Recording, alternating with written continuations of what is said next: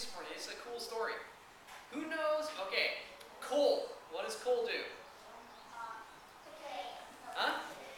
It's hot, so you can burn it. It's a fuel, okay? And people use it to make electricity, so coal is really, really, really important, all right? So listen to this neat story.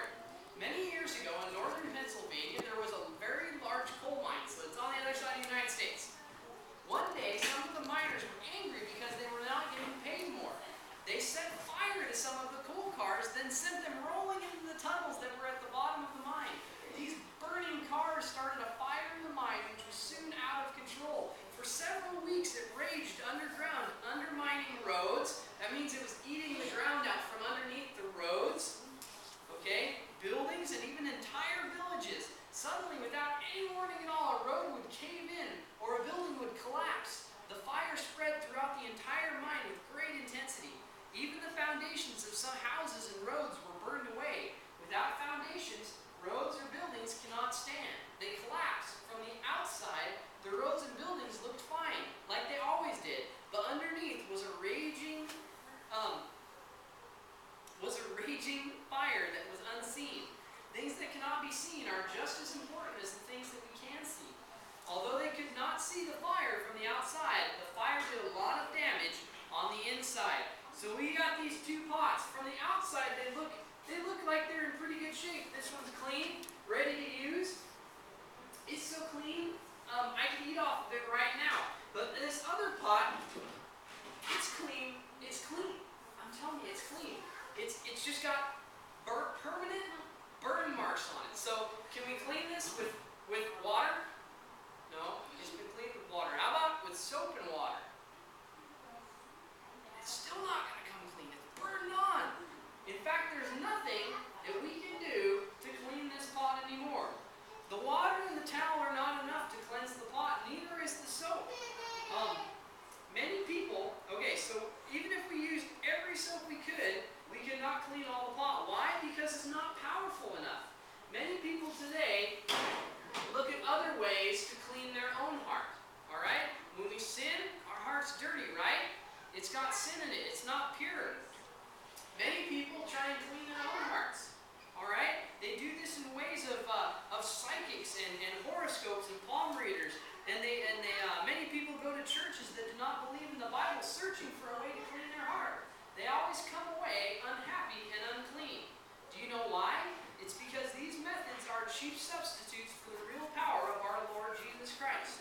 They do a little bit of good for a while, but they always leave the job undone.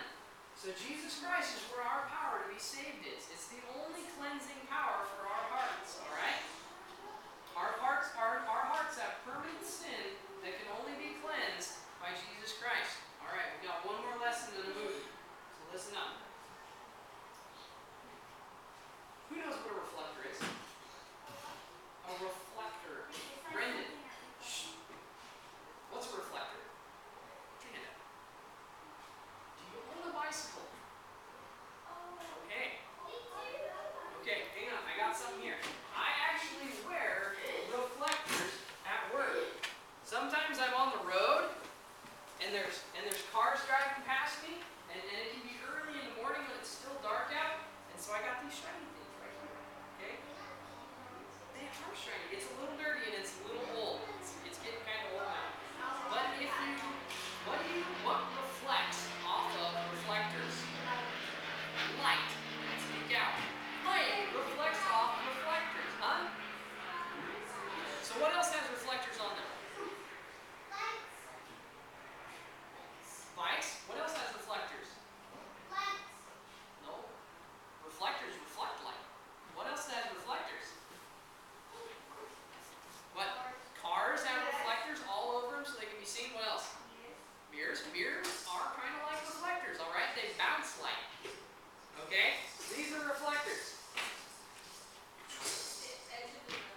The edge of the road, yes, all the lines. The lines reflect light at night so you can see that you're on the road. All right? Different kinds of reflectors. They're placed on cars, buses, bicycles, and fences. The plastic cannot produce any light by itself.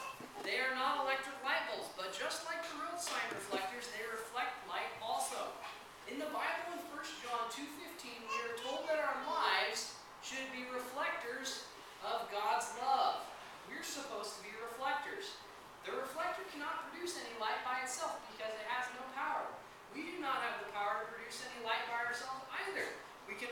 produce a light that is reflected from the love of God in our hearts.